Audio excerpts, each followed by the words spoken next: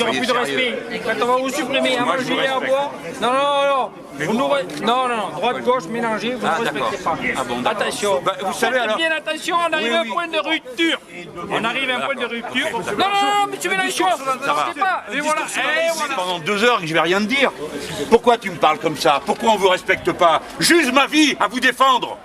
J'use ma vie. Jean-Luc Mélenchon, les prolétaires il les aime bien quand il est sur scène et qu'il cite Émile Zola ou Victor Hugo la main sur le cœur. Je vais vous lire une page de Victor Hugo.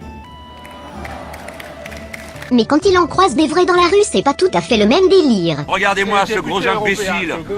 Voilà. Exactement, on peut pas être sénateur. Oui, monsieur, vous êtes un gros imbécile. Perdre ses nerfs face à des beaufs sous-diplômés, ça peut se comprendre, mais de la part d'un mec qui passe son temps à idéaliser les pauvres et les miséreux, c'est plutôt succulent. Regardez-moi dans les yeux, vous êtes un homme? Alors je gagne 40 000 €, espèce d'imbécile. Combien tu mesures, deuxième pompe? Chef, 1m75, chef. 1m75, jamais vu un tas de merde aussi haut que ça. Ouais, comment tu le sais? Vas-y, dis-le voir. Dis-le voir. Comment tu le sais? Allez Jean-Luc, avoue que ce qui t'énerve surtout chez ces agriculteurs ou ces ouvriers, c'est qu'ils ne votent pas pour toi. Comment vous le savez? En lisant les tracts du Front National? Mais au lieu de rager comme un antiphade de 16 ans, tu ferais mieux d'essayer de comprendre pourquoi cette France profonde ne vote pas pour toi. Perso, j'ai ma petite idée. Il n'y a pas d'avenir pour la France sans les Arabes et les Berbères du Maghreb. Je ne peux pas survivre quand il n'y a que des blonds aux yeux bleus. C'est au-delà de mes forces. Le racisme, ça commence par des mots. Les Occidentaux, ça n'a pas de réalité. Personnellement, je ne souhaite pas être un Occidental. Je ne sais pas ce que vous en pensez, chacun est libre de faire ce qu'il veut. Moi, ça m'intéresse. Je ne veux pas être un blanc catholique, je ne veux pas être avec Sarkozy. On va fêter les 8 centenaires de la fondation de la cathédrale dans quelques jours. Oui, mais la cathédrale, celle-là comme les autres, a d'abord été une victoire de l'esprit et des techniques que nous avons ramenées, que nous ont données les Arabes. Parce qu'on les avait pas trouvées tout seuls, ni grâce à votre chère église catholique. Comme une bonne partie de la gauche, tu as clairement choisi ton camp, comme ce gentil Benoît Hamon qui minimise la ségrégation des femmes en banlieue, ou comme son porte-parole qui copine tranquillement avec les activistes musulmans du CCIF. Dans leurs yeux, moi je suis fier qu'ils m'appellent Bilal. Apparemment, c'était le premier muezzin, un esclave noir affranchi par le prophète. Vous vous émerveillez devant la culture issue de l'immigration, mais vous réfutez carrément l'existence d'une identité française autochtone. Bruno Leroux, c'est quoi un Français de souche?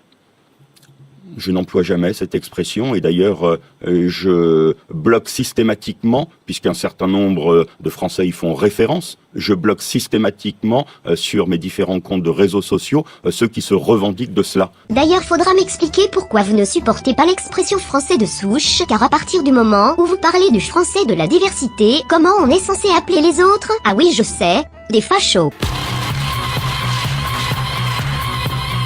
Vous vous rappelez du clip du morceau Stress du groupe Justice? Parce que Jean-Luc, lui, il s'en rappelle. On s'aperçoit qu'il y a un discours politique, il y a un discours de propagande.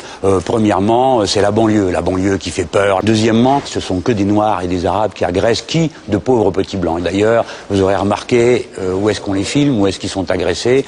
Il y a notamment une scène assez frappante, on est sur les escaliers de l'église de Montmartre. Troisièmement, c'est évidemment un pouvoir d'injonction. Aux Blancs, on dit « Regardez, méfiez-vous, ayez peur ». Tout ça, c'est du bourrage de crâne. Ça nie une bonne partie de la réalité tendre et douce dans laquelle nous vivons en banlieue. Bien joué, bande de fumier. La réalité tendre et douce que nous vivons en banlieue, écoute Jean-Luc, va quand même falloir que tu sortes de ton monde virtuel un de ces jours, parce qu'on commence à s'inquiéter pour ta santé mentale. En attendant, je n'ai qu'une chose à dire à toi et à tes semblables. Bien joué, bande de fumier. Être un mâle blanc, hétérosexuel et catholique. Est-ce pour cela qu'ils m'insultent dans leur tube cathodique? Traite-moi de facho, ça m'excite. Troll-moi, t'augmenteras les clics. Cherche pas, tu vas te faire baiser.